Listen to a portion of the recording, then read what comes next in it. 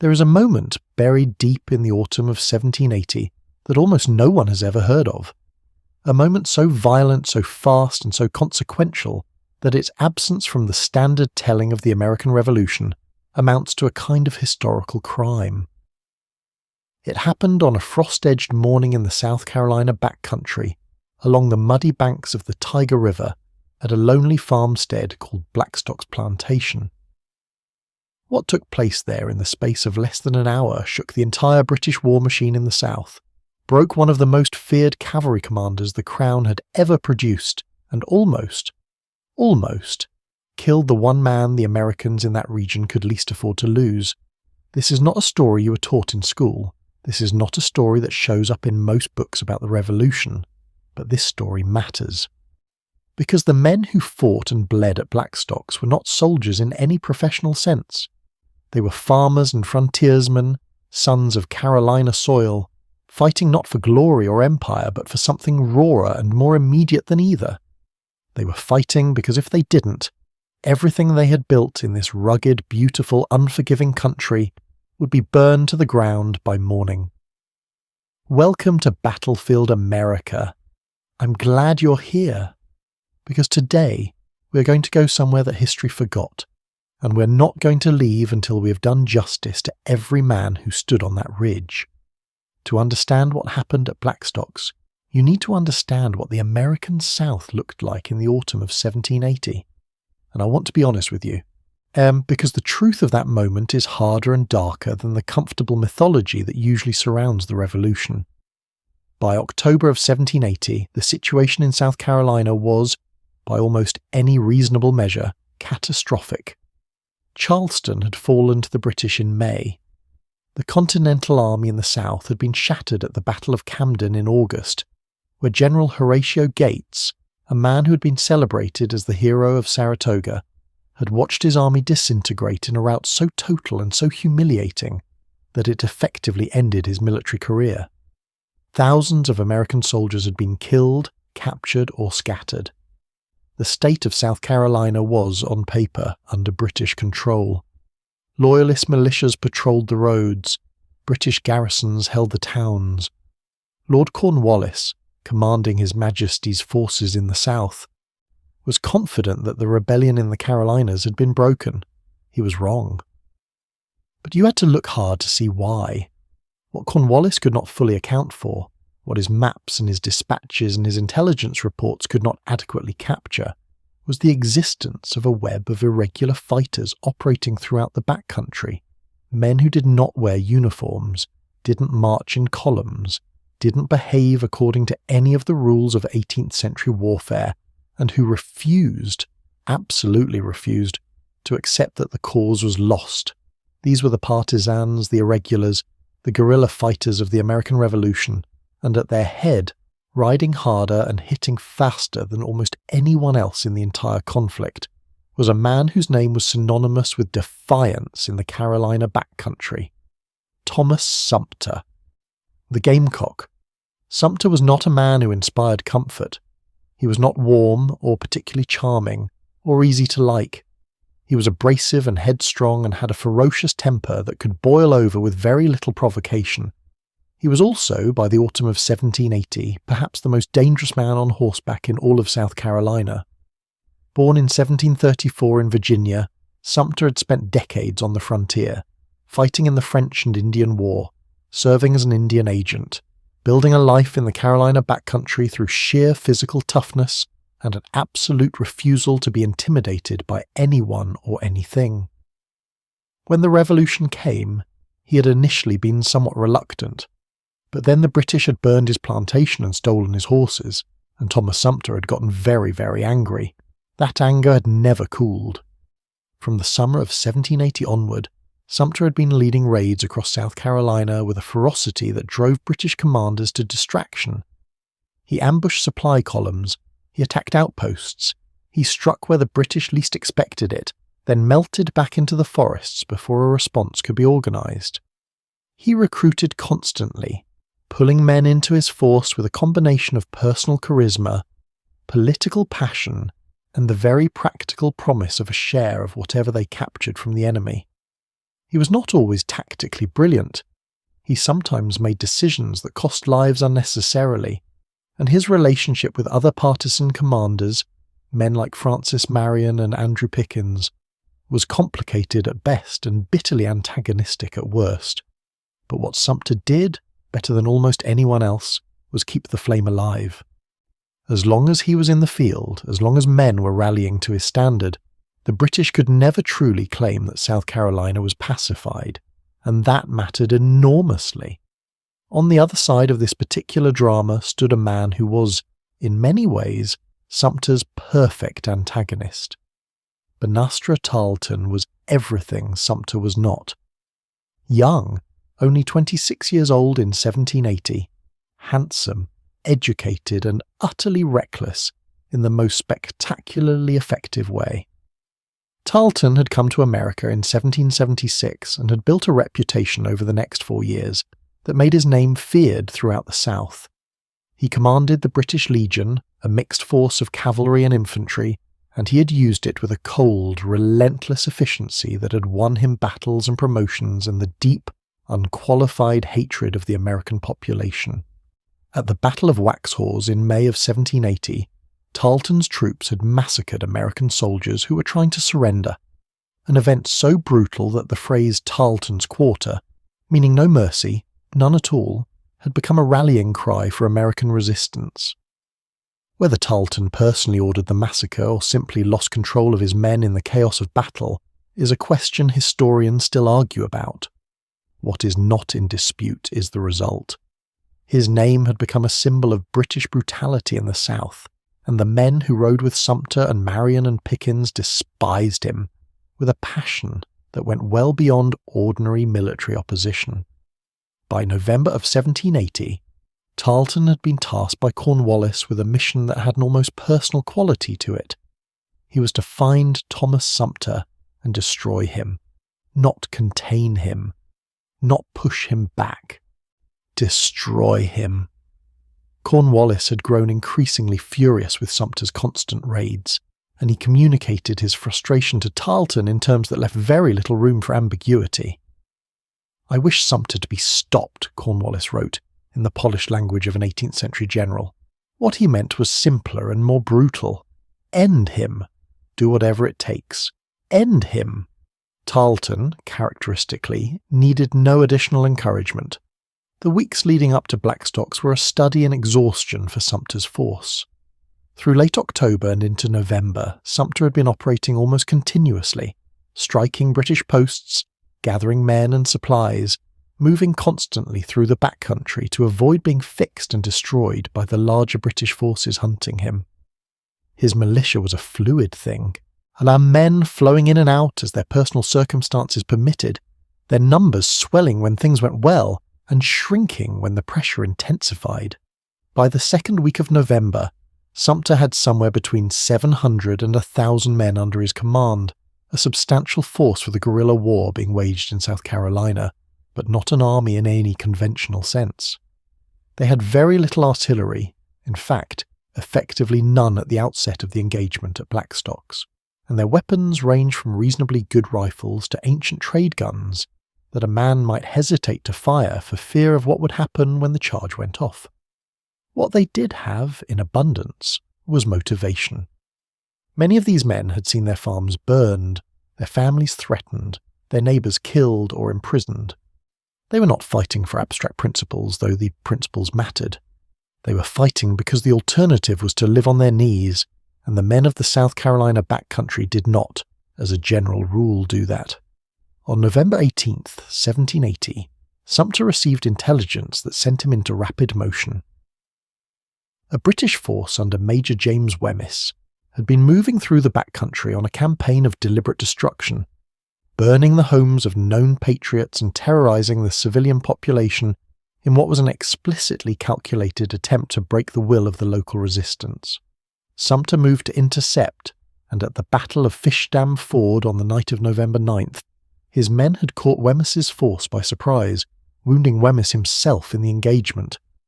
It was a sharp, effective little victory, sector, and it demonstrated once again Sumter's ability to strike and vanish before the enemy could respond in force, but it also drew attention. And in the aftermath of Fishdam Ford, as Sumter moved north along the Tyger River with his force, the intelligence began coming in that Tarleton was close. Tarleton was moving fast, as he always did, covering ground with the ruthless efficiency that had made him so effective and so feared. He had cavalry, real cavalry, trained and equipped, and infantry, and he was burning miles of South Carolina road with a determination that suggested he believed he could catch his quarry this time. Sumter, who was many things but not stupid, knew that a pitched battle against Tarleton on open ground would be disastrous. The British Legion was exactly the kind of force that could destroy a militia formation in the open. Fast, aggressive, disciplined, and led by a man who had no hesitation about using his cavalry in the most brutal way possible. If Tarleton could catch Sumter in the open, or force him into a defensive position without adequate cover, the result would very likely be a repeat of Waxhaw's, and everyone in Sumter's force knew what Waxhaw's had looked like. The question was whether Tarleton could catch him at all. On the evening of November 19th, Sumter made a decision that would define the coming engagement. He had been moving steadily, but some of his men were sick, and the force had with them a number of British prisoners taken at Fishdam Ford who required guarding. A combination of these factors and the simple physical limits of exhausted men and horses led Sumter to pause at the plantation of William Blackstock, situated on a gentle rise above the south bank of the Tyger River.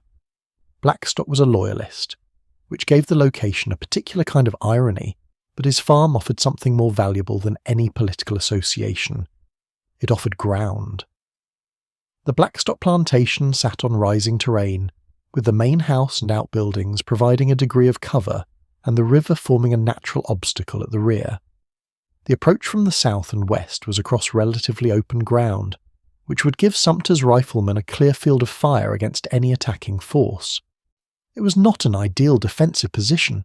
Sumter had not chosen it with any great deliberateness as a fortress, but it had qualities that a good commander could use, and Thomas Sumter was very much a good commander when he had ground to work with. He had his men begin constructing what defensive positions they could manage, using the farm buildings and the natural contours of the land to create a layered line of resistance. Riflemen were posted in and around the farm structures on the elevated ground, in positions that covered the most likely avenues of approach. He had his prisoners secured. He set out pickets to give him warning of Tarleton's approach, and then he waited. The morning of November the 20th, 1780 dawned cold and clear, with the frost that November brings to the South Carolina backcountry, lying white on the grass and the dead leaves still clinging to the oaks. It was the kind of morning that makes you aware of your own breath and the warmth of the man standing next to you. The men of Sumter's force were tired, and some were sick, and all of them were hungry in the way that men living rough in the field are always hungry, but they were alert. They had the specific alertness of men who know that something is coming and cannot know exactly when. Tarleton arrived before noon. He had been driving his men hard, as he always did, and the intelligence he had received about Sumter's position had been accurate enough to bring him to Blackstocks with the kind of speed that had earned him his reputation.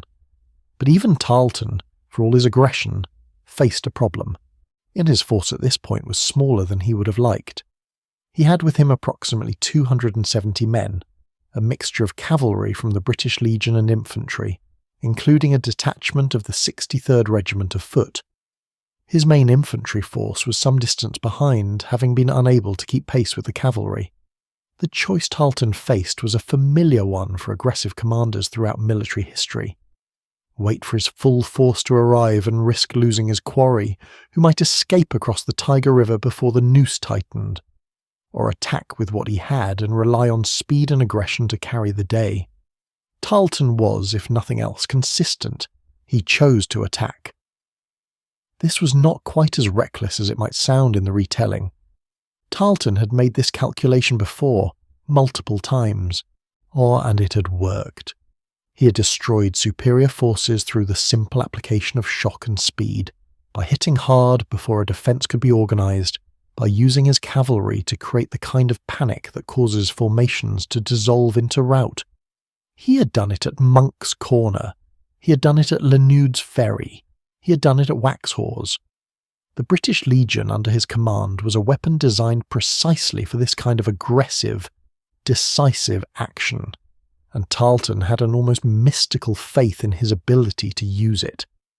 What he was about to discover was that faith, however sincere, does not stop a rifle ball. The opening of the battle was a probing action, Tarleton's men moving cautiously toward the Blackstock position to assess the strength of the defence. What they found was not the disorganised rabble they might have hoped for, and Sumter had his men positioned well, using the elevated terrain and the farm buildings to maximise the effectiveness of their fire. The riflemen of the South Carolina backcountry were not parade ground soldiers, but they were extraordinarily effective marksmen, men who had grown up with long rifles in their hands, hunting deer and turkey in forests where a clean shot was often the difference between eating and going hungry. Against professional soldiers advancing across open ground, those skills translated into something very dangerous indeed. The British infantry of the 63rd Regiment attempted to advance toward the high ground, where Sumter's men were positioned, and they immediately began taking fire. The shooting from the American positions was accurate and sustained, and the infantry found themselves pinned in a situation where advancing was costly, and retreating felt like failure. The men of the 63rd were professionals, disciplined and experienced, and they did not break. But they were taking casualties at a rate that could not be sustained indefinitely. On the American side, the situation was tense but holding. Sumter had his force organised into a defensive line that made effective use of the terrain, and the elevated position gave his riflemen a distinct advantage over men advancing uphill across relatively open ground. The farm buildings provided cover that allowed the defenders to fire, reload and fire again without exposing themselves to the return fire that the British were putting out. It was not comfortable, it was very far from comfortable, but it was working. Then Tarleton made his critical mistake. Frustrated by the inability of his infantry to advance under the withering fire from the American position, and unwilling to wait for the reinforcements that were still making their way up the road, Tarleton ordered a cavalry charge. This was exactly the kind of bold, aggressive action that had won him glory on other fields. If the cavalry could crash through the American defence before the riflemen could respond, if the shock of thundering horses and swinging sabres could break the line before it could organise, then the battle would be over in minutes. But the terrain was wrong for cavalry. The approach to the American position was broken ground, crossed by fences and dotted with obstructions that made a full cavalry charge difficult to execute cleanly. And the riflemen of the South Carolina backcountry did not frighten easily. Men who had spent their lives in a land where danger could come from any direction, from the forest, from the river, from neighbours turned enemy by a war that had torn communities apart, were not men who panicked at the sound of hoofbeats. The cavalry charge came forward, and the American riflemen held their positions and fired. The effect was devastating. Horses and riders went down in numbers that staggered the attack almost immediately. The ground, broken and fenced and not suited to the kind of sweeping charge that Tarleton specialised in, worked against the British cavalry as effectively as any fortification.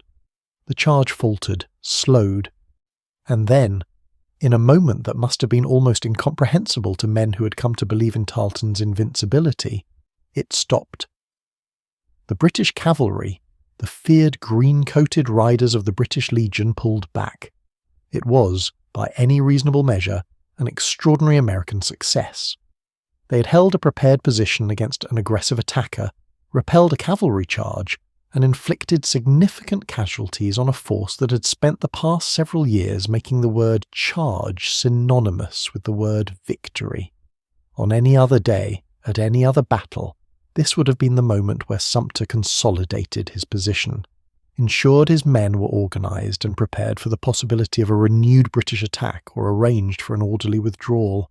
Yeah, but Thomas Sumter was not a man who could watch an enemy falling back and simply let it happen.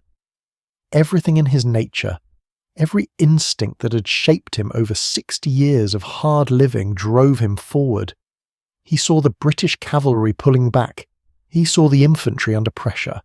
And he made a decision that was, depending on how you look at it, either an act of reckless aggression or a perfectly natural expression of who he was. He rode to the front of his lines to direct a pursuit. What happened next was one of those moments of terrible irony that war produces with a kind of cruel regularity. As Sumter pushed forward on horseback, visible and exposed in the way that commanders in the 18th century often were, a British musket ball found him. Exactly how it happened, whether it was a lucky shot from a retreating infantryman, a deliberate aim taken by a particular soldier, or simply the random mathematics of flying lead in a confined space, is lost to history. What is not lost is the result. The ball struck Sumter in the upper chest or shoulder area, passing through him with the blunt, catastrophic force of a .75 caliber lead projectile fired at close range.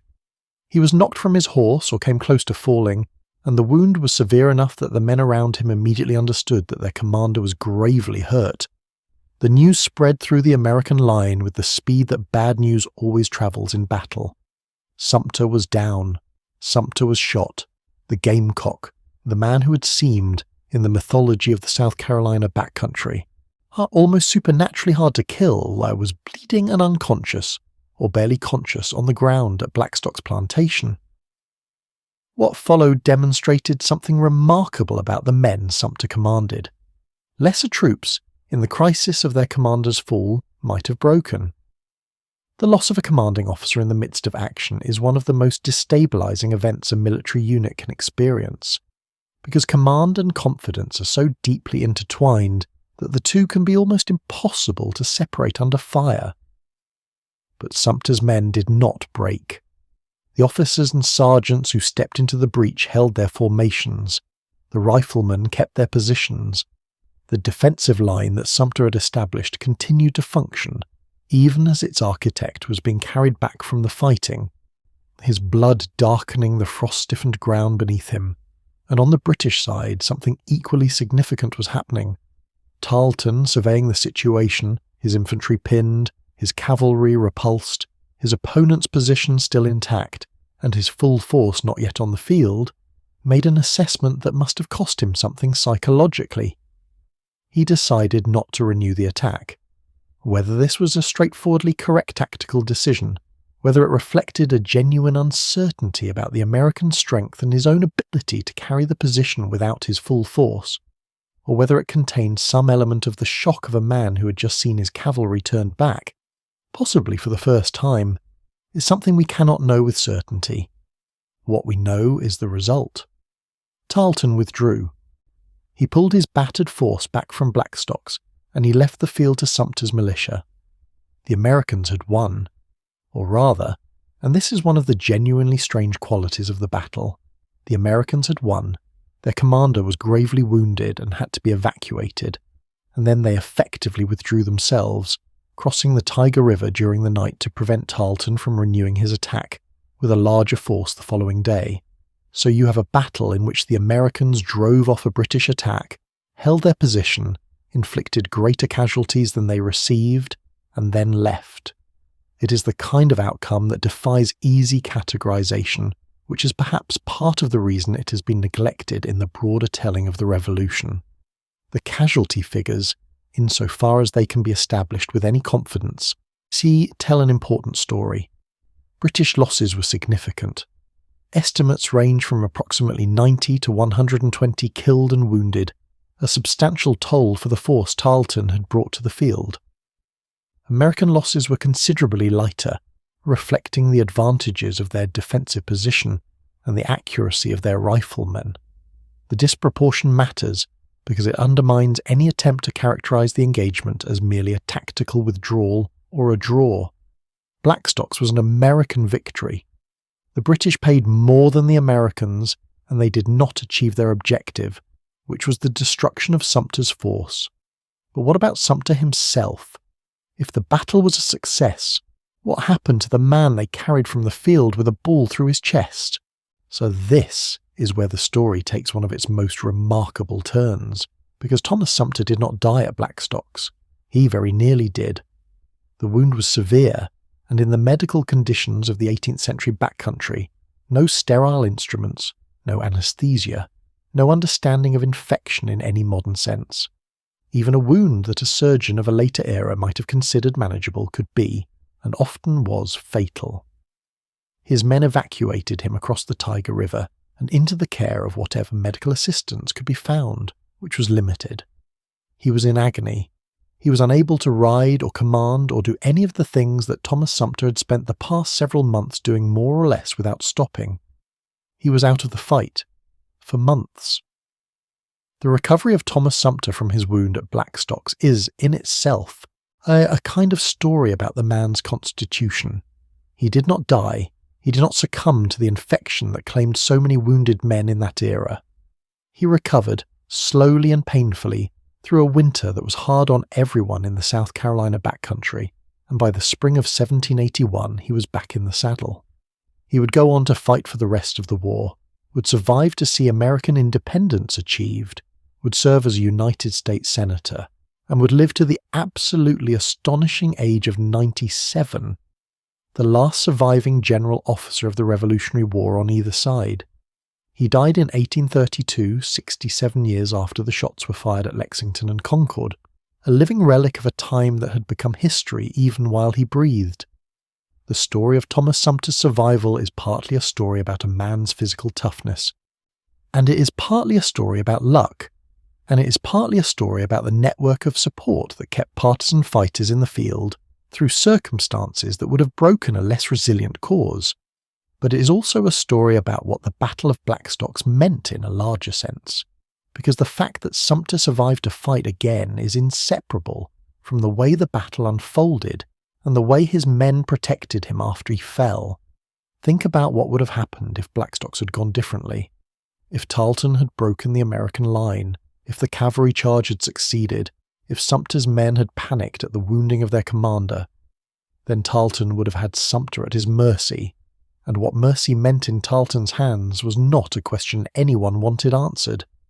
The fact that the battle held, that the line did not break, that the withdrawal was orderly enough to protect the wounded and the prisoners, gave Thomas Sumter the chance to recover and fight again.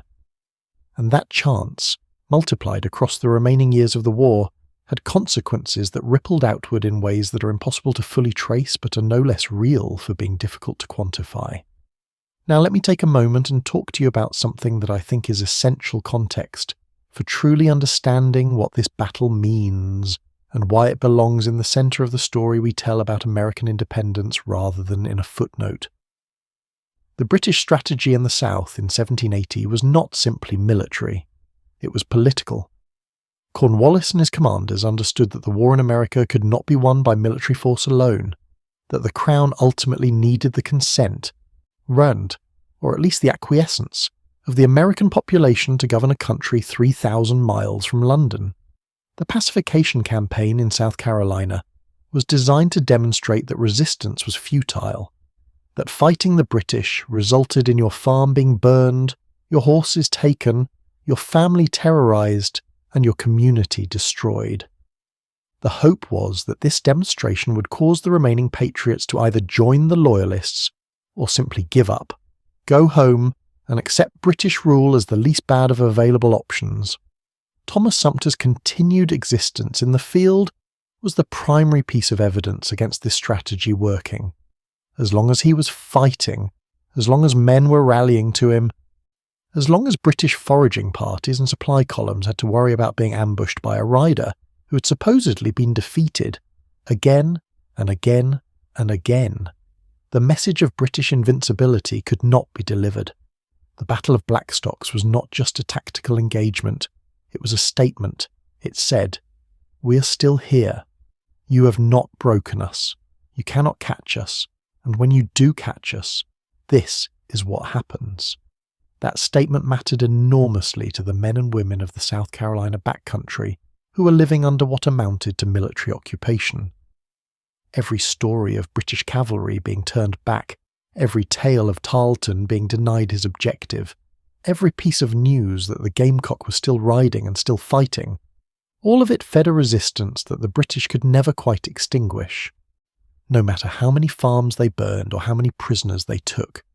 And here we need to say something about Banastre Tarleton himself, because the man deserves a more complex accounting than simple villainy. Tarleton was, by the standards of his time and his profession, an effective military officer. He was brave in the specific sense that requires a man to ride toward the sound of guns regardless of what his instincts might be telling him about the mathematics of survival. He was innovative, using his mixed force of cavalry and infantry in ways that other commanders of the period had not fully exploited. He was, by most accounts, personally courageous in a physical sense that his men respected even when they feared him. But Blackstocks revealed something about Tarleton that his previous victories had obscured.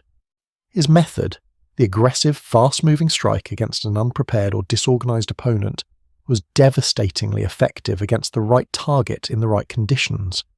Against a prepared defensive position held by men who knew their ground and were fighting with the desperate focus of people protecting everything they had, it was considerably less effective. The cavalry charge that he sent against Sumter's position was not a wild, irrational act. It was the logical extension of everything that had worked for Tarleton before. But the terrain was wrong. The enemy was better prepared than he had expected, and the riflemen of the backcountry were not the kind of men who panic at hoofbeats. Tarleton learned something at Blackstocks.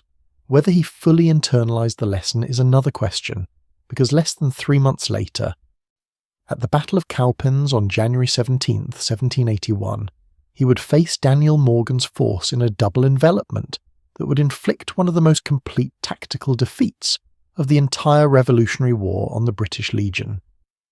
Cowpens is more famous than Blackstocks, and justifiably so.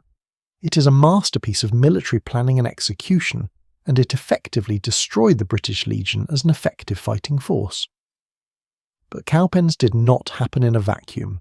It happened in a context shaped in part by what had occurred at Blackstocks 6 weeks earlier, by the demonstrated ability of American militia to hold ground, repel cavalry, and make Tarleton pay for his aggression.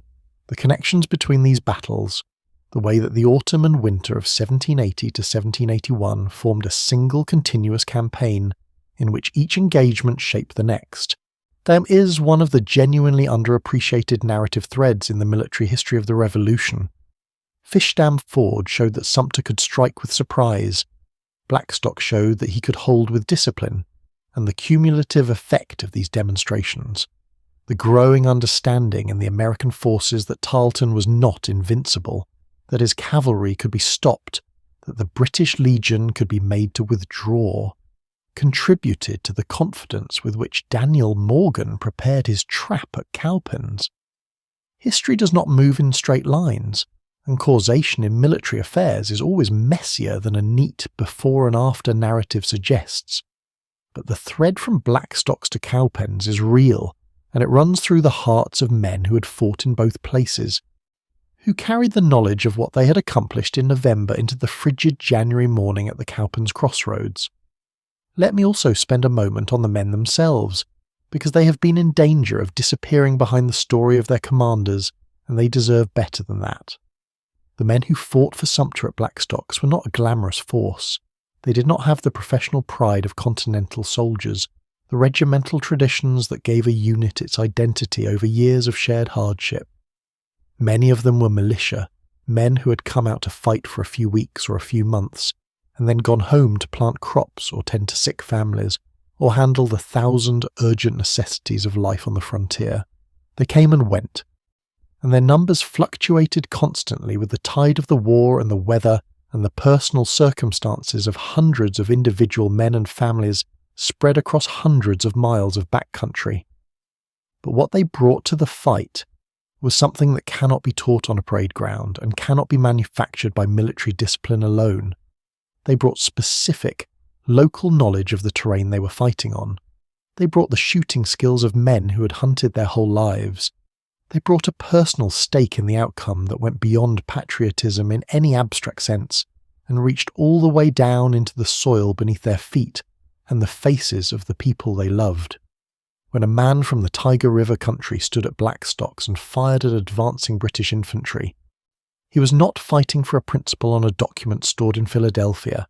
He was fighting for the specific piece of ground he was standing on, the farm he could see in the distance, the family members who would face the consequences if he ran. That is a different kind of motivation than professional soldiers have, and in some situations it is considerably more powerful.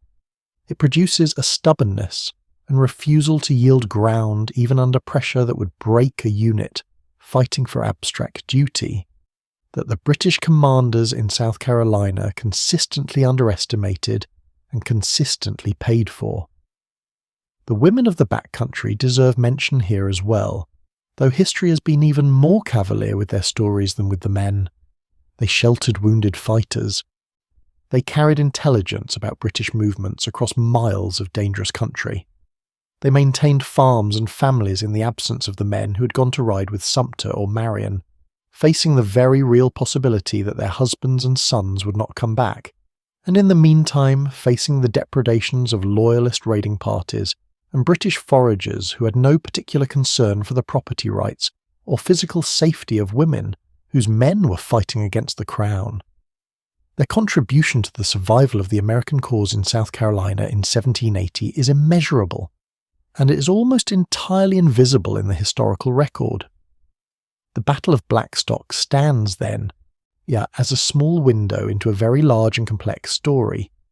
The story of how American independence was won not just by Washington at Trenton or by the Continental Army at Yorktown, but by hundreds of small engagements fought by people whose names are largely unknown, in places that most Americans have never heard of, for reasons that were intensely personal even when they were also intensely political.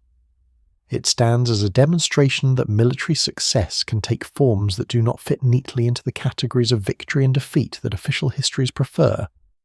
Blackstocks was a victory, measured by casualties and by the achievement of the American objective, which was to remain in the field and deny Tarleton his quarry. But it was also a moment of terrible cost, because the man who made it possible was carried from the field bleeding and unconscious, and for several weeks the fate of the entire South Carolina partisan movement hung on whether Thomas Sumter would live or die. He lived, and the movement lived with him. But I want to be careful here, because I do not want to make this too easy or too clean. War is not a moral lesson with a tidy conclusion, and the men who fought at Blackstocks were not heroes in the simple, uncomplicated sense that word usually implies. Some of them committed acts of violence against Loyalist neighbours that bear the name of atrocity as honestly as anything Tarleton's men did. The Civil War dimension of the Southern Campaign, the way that British invasion had opened up pre-existing community tensions and transformed neighbour against neighbour relationships into armed conflict, produced a brutality on both sides that a simple narrative of patriot virtue versus imperial cruelty cannot adequately account for. Thomas Sumter himself was, as I mentioned earlier, not a particularly easy man. He had a proprietary relationship with the cause he was fighting for that sometimes crossed into outright exploitation. The infamous Sumter's Law, by which he promised his recruits payment in slaves taken from Loyalist plantations, is a piece of history that cannot be wished away or explained into harmlessness. The man who is celebrated as the Gamecock, the partisan leader who defied Cornwallis and Tarleton and kept the flame of resistance burning in South Carolina, was also a man who operated within and exploited the institution of slavery in ways that should make us uncomfortable when we hold him up as a hero of liberty. History does not simplify well. The people in it are too complicated, the motivations too mixed, the consequences too uneven across different groups of people, to be reduced to the kind of moral clarity that a straightforward heroic narrative demands. What we can do, what I think we owe to the people who actually lived through these events, is to hold the complexity with the heroism, to see both the courage and the cruelty, to understand that the same man who defied British imperialism was also a man deeply embedded in a different and equally devastating system of domination. That complexity does not diminish what happened at Blackstocks. It makes it more real. It gives the people in it human weight rather than mythological lightness. And it makes the genuine achievement of that November morning the holding of the line, the repulse of Tarleton's cavalry, the survival of Thomas Sumter, more remarkable rather than less, because it was accomplished by actual human beings with all their contradictions and flaws, and extraordinary stubborn refusal to be broken. The Tyger River still flows through South Carolina. The site of Blackstocks Plantation is a quiet place now, mostly farmland, without the dramatic markers and monuments that other Revolutionary War battlefields have accumulated.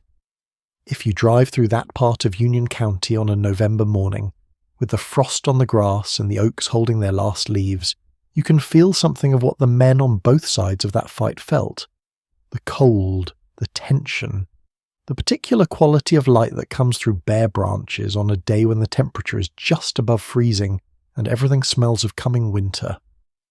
On a morning like that, it is possible to feel the distance between now and then collapse just a little, to sense, however briefly and imperfectly, what it meant to stand on that rising ground and hold a position that you were not supposed to be able to hold against a force that the rest of the world had decided was unstoppable, to understand, or in some small impartial way, what it cost. The men at Blackstocks paid in blood and exhaustion, and the grinding accumulated weight of months of irregular warfare lived at the knife's edge of survival.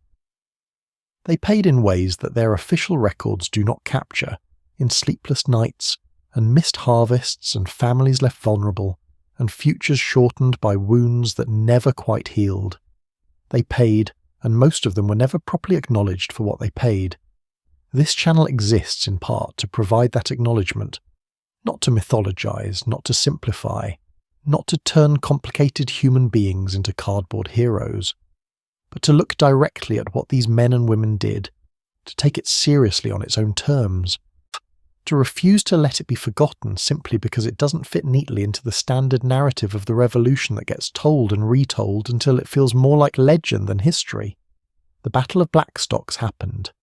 Thomas Sumter and his militia held that ground against Banastre Tarleton and the British Legion. They repelled a cavalry charge that should, by the logic of the previous year's engagements, have swept them from the field. They protected their wounded commander and withdrew in good order across the Tyger River. They survived to fight another day and another day after that, until the cumulative weight of what they and men like them had done in the backcountry of South Carolina became one of the undeniable facts of the war, and then, eventually, the British gave up. Not because of any single battle, not because of any single act of heroism or tactical brilliance or political decision, but because the men in the backcountry of South Carolina and Georgia and North Carolina refused to stop fighting, refused to accept that the cause was lost, refused to provide the consent and acquiescence that the British strategy required. Because 1,000 small battles, most of them forgotten, most of them fought by people whose names as history has not preserved, added up to something that armies and empires and the most powerful navy in the world could not defeat. Blackstocks is one of those battles, and now you know it. If this episode moved you, if it gave you something that the standard history books didn't, a name, a moment, a human story that deserved to be told, then I want to ask you to do something simple. Share it. Tell someone about Thomas Sumter and Banastre Tarleton and the frost-covered ground along the Tyger River. Tell someone about the rifleman who held the line, and the cavalry that turned back and the man carried from the field bleeding who refused to die. These stories survive because people keep telling them, and there are so many more. We're just getting started. Next time on Battlefield America, we are going to be diving into another forgotten corner of the Revolutionary War, another battle fought by people who deserve far more recognition than they have received. The Southern Campaign still has stories to tell, stories of ambush and retreat, of desperate improvisation and stubborn courage, of men and women who made choices in impossible circumstances and whose choices shape the country you live in today. Stay with us, because this is Battlefield America, and we do not let the forgotten stay forgotten.